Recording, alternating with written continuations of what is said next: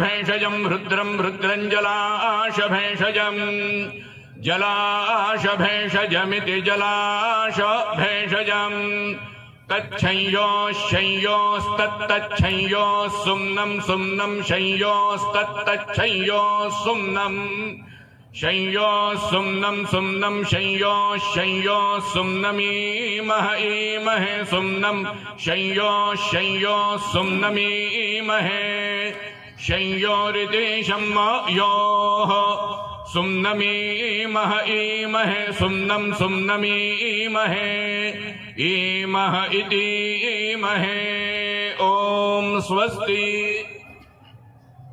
देवदेवोत्तमा देवता सार्वभौम अखिलांड कोटि ब्रह्मांड नायका कृष्णेजुर्वेद प्रिया कृष्णेजुर्वेदांतर्गत तैत्री शाखाम अवधारया विषयत्व